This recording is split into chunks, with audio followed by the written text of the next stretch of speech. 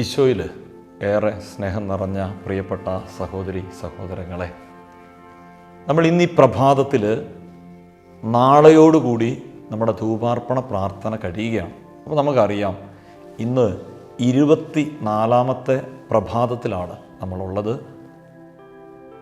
അറിയാം, നമ്മളിങ്ങനെ ക്രിസ്മസിന് വേണ്ടി അടുത്ത് ഒരുങ്ങിക്കൊണ്ടിരിക്കുമ്പം ഇന്ന് നമ്മൾ പ്രാർത്ഥിക്കുന്ന നിയോഗം, കുടുംബത്തിൽ പല വിധത്തിലുള്ള പ്രശ്നങ്ങൾ നിലനിൽക്കുന്ന കുടുംബങ്ങൾ, മദ്യപാനം, അതുപോലെ സംശയരോഗം, രോഗം, ഇങ്ങനെയുള്ള പ്രതിസന്ധികളിലൊക്കെ പെട്ടുടരുന്ന കുടുംബങ്ങളെയാണ് നമ്മളിന്ന് പ്രത്യേകം സമർപ്പിച്ച് പ്രാർത്ഥിക്കുക. എല്ലാ കുടുംബങ്ങളെയും നമുക്ക് ഈശോയുടെ കരങ്ങളിലേക്ക് കൊടുക്കാം, പരിശുദ്ധ കുർബാനയിലേക്ക് നമുക്ക് പ്രതിഷ്ഠിക്കാം. ഇന്ന് നമ്മൾ ധ്യാനിക്കുന്ന ഒരു കുടുംബം, അത് ഈശോയുടെ കുടുംബമാണ്, തിരുക്കുടുംബമാണ്. ഈ തിരുക്കുടുംബത്തെക്കുറിച്ച് നമ്മൾ ധ്യാനിക്കുമ്പോൾ നമുക്കറിയാം, നശിക്കാനായിട്ട് എല്ലാ സാധ്യതയും ഈ തിരുക്കുടുംബത്തിലുണ്ട്. ഒന്നാമത്തെ കാര്യം, യൗസേപ്പ് പിതാവിൻ്റേതല്ലാത്ത ഒരു കുഞ്ഞിനെ താലോലിക്കേണ്ട വരുന്ന യൗസേപ്പ് പിതാവ്. രണ്ടാമത്തെ കാര്യം, ദാരിദ്ര്യത്തിൻ്റെയും കഷ്ടപ്പാടിൻ്റെയും നെറുകയിൽ നിൽക്കുന്ന ഒരു കുടുംബം. വീണ്ടും നമുക്കറിയാം, ഭയം ആവോളം ഉള്ളൊരു കുടുംബം, അത് നശിപ്പിക്കും, തകർക്കും, അങ്ങനെ ചുറ്റും ഒരുപാട് ശത്രുക്കൾ ഒളിഞ്ഞിരിക്കുന്ന ഒരു കുടുംബം. അങ്ങനെ പല വിധത്തിലുള്ള സാധ്യതകൾ ഈ കുടുംബത്തിൻ്റെ നാശത്തിനായിട്ടുണ്ട്.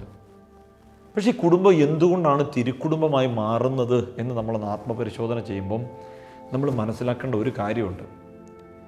ഈ കുടുംബം തിരുക്കുടുംബമായി മാറുന്നത് ഈ കുടുംബത്തിൽ ക്രിസ്തു ഉണ്ടായിരുന്നു എന്നുള്ളതാണ്.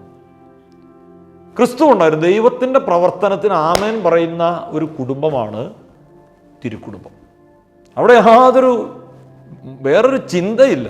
യൗസേപ്പ് പിതാവ് സ്വപ്നത്തിലൂടെ ഒരു നിർദ്ദേശം പരിശുദ്ധാത്മാവ് വഴി യൗസേപ്പ് പിതാവിന് ലഭിച്ചാൽ ഉടനടി ഇമ്മീഡിയറ്റ് ആക്ഷനാണ്, അപ്പം തന്നെ അനുസരിക്കുകയാണ്. നമ്മുടെ കുടുംബങ്ങളിൽ പ്രതിസന്ധിയും കഷ്ടപ്പാടും വേദനയൊക്കെ ഇങ്ങനെ നിറഞ്ഞു നിൽക്കാനായിട്ടുള്ള ഒരു കാരണം ക്രിസ്തു ഇല്ലാത്തതാണ്. എന്ന് പറഞ്ഞാൽ, ക്രിസ്തുവിൽ വിശ്വസിക്കുന്ന ആളുകളുടെ എണ്ണം കുടുംബങ്ങളിൽ കുറയുന്നു, പ്രാർത്ഥിക്കുന്നവരുടെ എണ്ണം കുടുംബങ്ങളിൽ കുറയുന്നു, ക്രിസ്തുവിനോട് ദൈവിക പദ്ധതിയോട് ചേർന്ന് നിൽക്കുന്ന വ്യക്തികളുടെ എണ്ണം കുറയുന്നു എന്നുള്ളതാണ് പല കുടുംബങ്ങളും ഇങ്ങനെ തകർച്ചയിലേക്ക് പോകാനായിട്ടുള്ള കാരണം എന്ന് നമ്മൾ തിരിച്ചറിയണം. ദൈവത്തോട് ആലോചന ഇല്ലാത്ത കുടുംബങ്ങളിൽ സ്വന്തം പദ്ധതിയെ പിന്തുടരും, നമ്മുടേതായ പദ്ധതികൾ നമ്മൾ മെനയും, അത് തകർച്ചയിലേക്ക് ചെന്ന് വീഴുകയും ചെയ്യും. അപ്പോൾ അതുകൊണ്ട് നമ്മൾ ഉറപ്പിക്കേണ്ട ഒരു കാര്യം, നമ്മുടെ കുടുംബങ്ങളിൽ ക്രിസ്തു സാന്നിധ്യമുണ്ടോ, വിശ്വാസമുണ്ടോ, വിശുദ്ധ കുർബാനയ്ക്ക് നമ്മൾ മൂല്യം കൊടുക്കുന്നുണ്ടോ, കൂദാശകളോട് നമ്മൾ എങ്ങനെയാണ് ചേർന്ന് നിൽക്കുന്നത് എന്നുള്ള കാര്യം നമ്മൾ പരിശോധിക്കണം. പ്രിയപ്പെട്ടവരെ, മദ്യപാനത്തിലൊക്കെ കഴിയുന്ന ആളുകൾ നമ്മുടെ കുടുംബത്തിലുണ്ടെങ്കിൽ നമ്മൾ എന്താ ചെയ്യേണ്ടതെന്നറിയോ? കർത്താവ് ചെയ്തതുപോലെ നമ്മളും ചെയ്യണം. നമ്മൾ അവർക്ക് വേണ്ടി നമ്മളെ തന്നെ വിശുദ്ധീകരിക്കണം. നമ്മുടെ കുടുംബങ്ങളിൽ വിശ്വാസം ഇല്ലാത്തവരുണ്ടെങ്കിൽ നമ്മൾ അവർക്ക് വേണ്ടി കുറേ കൂടെ തീഷ്ണതയോടുകൂടി വിശ്വസിക്കണം, തീഷ്ണതയോടുകൂടി മുന്നോട്ട് പോകണം. അപ്പോൾ ഇതാണ് പ്രധാനപ്പെട്ട കാര്യം. ഇനി വേറൊരു പ്രധാനപ്പെട്ട കാര്യം എന്ന് പറഞ്ഞു കഴിഞ്ഞാൽ, ഈ കുടുംബത്തിൽ വെറുപ്പും വിദ്വേഷവും കിടക്കരുത്. പ്രത്യേകിച്ച് നമ്മുടെ സഹോദരങ്ങളോടൊന്നും വെറുപ്പും വിദ്വേഷവും ഒരിക്കലും നമ്മുടെ മനസ്സിൽ പോലും ഉണ്ടാകരുത്. ഇതൊരു പ്രധാനപ്പെട്ട കാര്യമാണ്. പല കുടുംബങ്ങളും നശിച്ചു പോകുന്നതിന് ഒരു കാര്യം എന്ന് പറയുന്നത്, ഈ വെറുപ്പും വിദ്വേഷവും ഉള്ളിൽ കിടന്നാൽ അത് പിന്നീട് ചലം പുറത്തേക്ക് വരും, അത് പല തിന്മകളായി പുറത്തേക്ക് വരും. അതാണ് ഇതിൻ്റെ അകത്ത് ഏറ്റവും വലിയ കാര്യം. കാരണം എന്താണെന്നറിയോ? ഈ വെറുപ്പ് മറ്റുള്ളവരെ തകർത്ത് കളയും. നമ്മൾ കഴിഞ്ഞ പ്രാവശ്യം നമ്മൾ ധ്യാനിച്ചതാണ് ഈ ലോത്തും അബ്രഹാവും. അവർ തമ്മിൽ സഹോദരങ്ങളാണ്, നല്ല ബന്ധമുണ്ട്.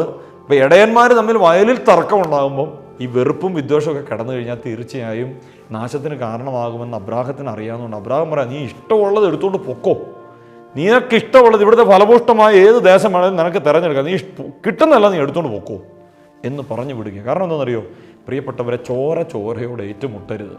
അതാണ് ഒരു കാര്യം. അതിന് നമുക്ക് ചെയ്യാൻ പറ്റുന്ന ഒരു കാര്യം എന്താണെന്നറിയോ?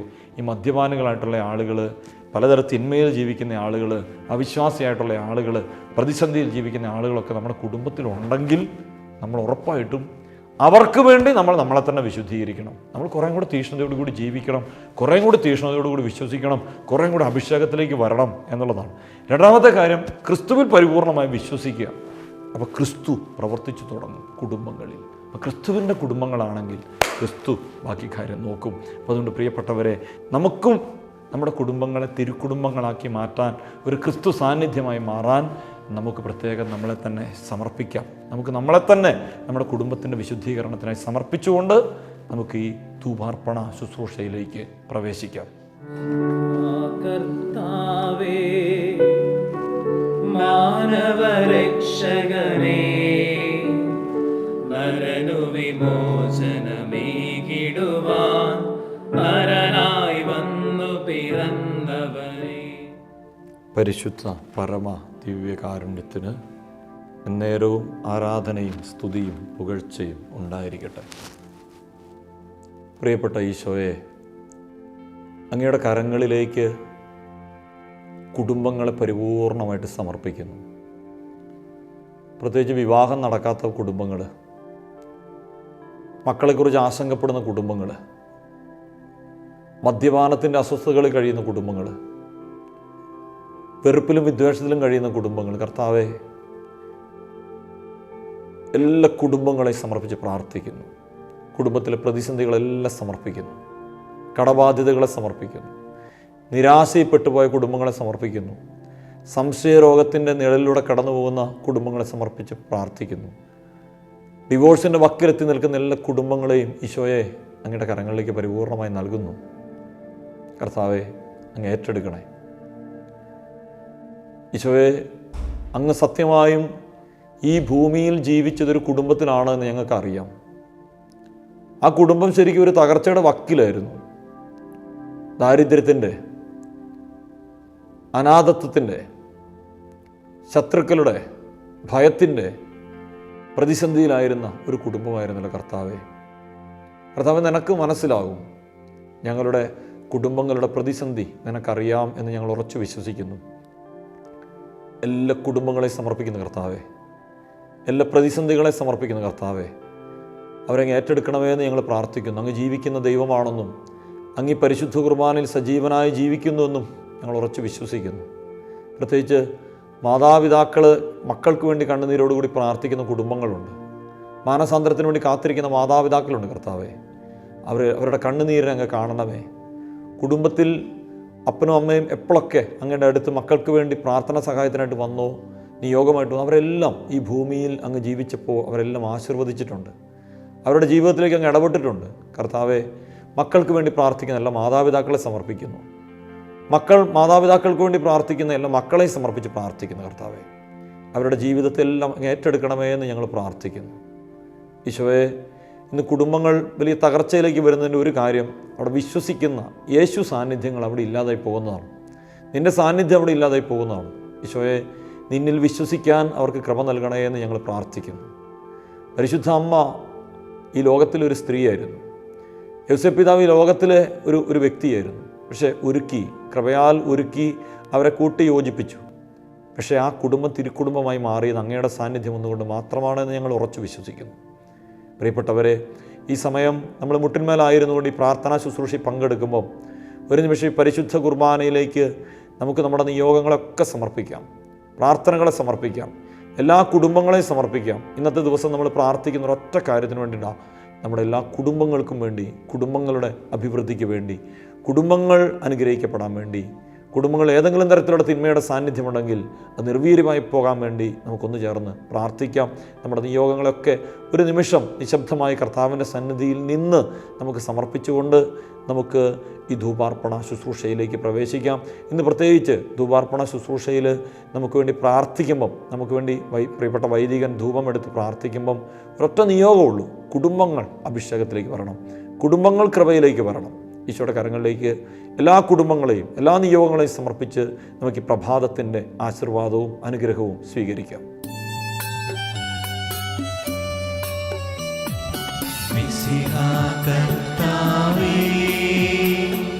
നരകുലപാലകനേ,